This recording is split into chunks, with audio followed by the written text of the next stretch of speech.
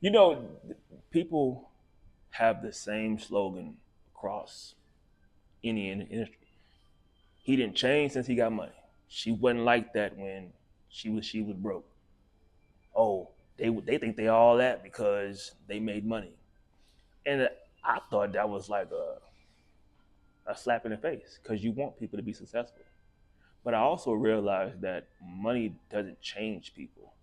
It doesn't even change in environments. It actually reveals what was there, right? And I understand that even more now because I've seen what happens when money enters into an environment that wasn't there before, right? You thinking about a 17-year-old athlete who comes into money. They have a guardian, parent, aunt, uncle, whoever it is. That now becomes their money. When in all reality, it's the athlete's money, but because of the age, it's their money. And you start to see the the parents turn on this level of like ownership and entitlement. The best friend believes, hey man, I've been with you since we was yay high. What about me? The advisor is like, hey, I want to protect you from all these people you love. Feed me your money so I can help your business. And the decision that an athlete has to make once the money enters into their space, it usually becomes one or two sides. They either say, I don't want no parts of this because it's too much drama. Y'all got it.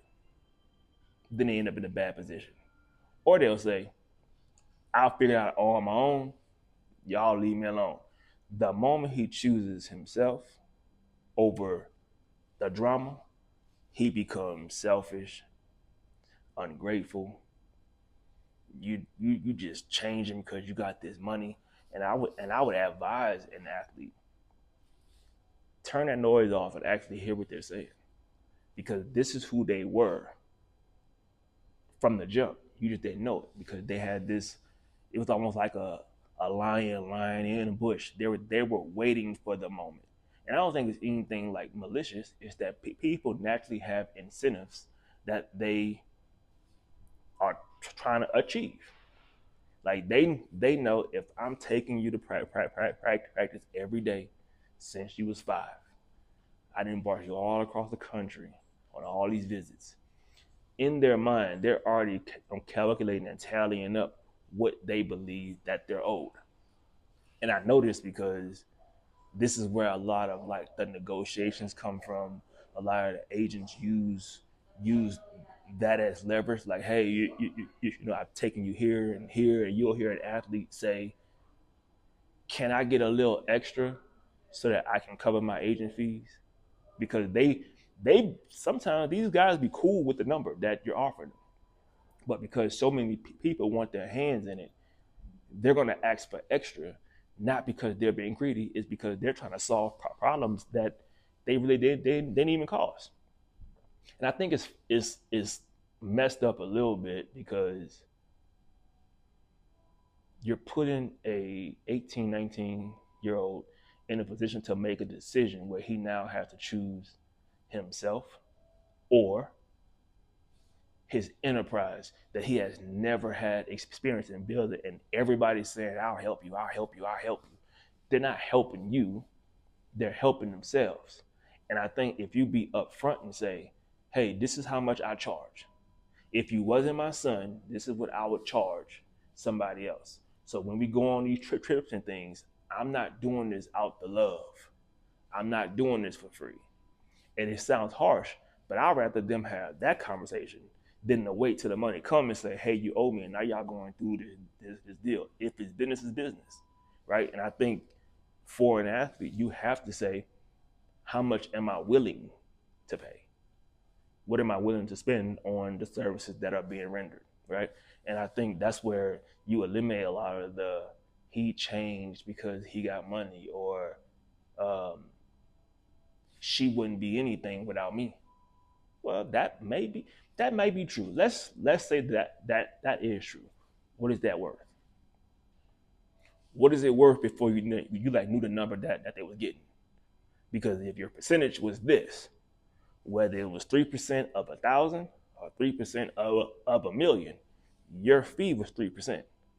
You don't change the rate because now they got more money. That's when things get weird. That's when you start to see those decisions that they're making. It's going to reveal who they are. If they're tripping off of this money right now, when you get more money, they're going to trip even more. And when you have no more money, they're going to leave you high and dry because in their mind, they already showed you who they are, what they're about, what they have going on. It's just kind of how it works.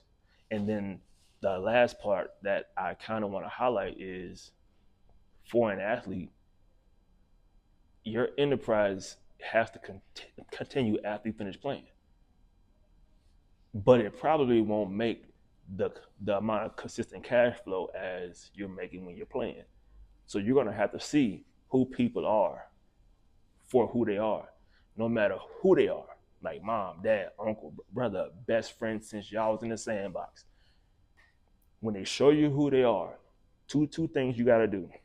Put them in a box and say, hey, what is your fee? I'm paying you this, and this is what you're getting. Or you say, I'm gonna give you an allowance for this much. You're gonna entitle them, or you're gonna do business with them.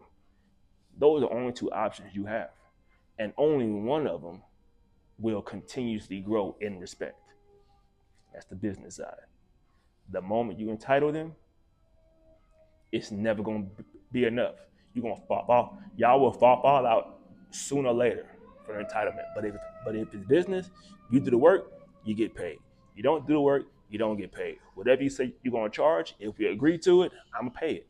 If we don't agree to it, I ain't gonna pay it. And I'm not gonna just give you the money off the love. So when people say he wouldn't be who he is without me, she wouldn't have anything without me, he changed because he got rich, understand that you didn't change, they didn't change. The money came in, and it exposed who is who and how they make decisions. Even you, because you're gonna make decisions when you get money too. That's truly who you are when there's money on a line.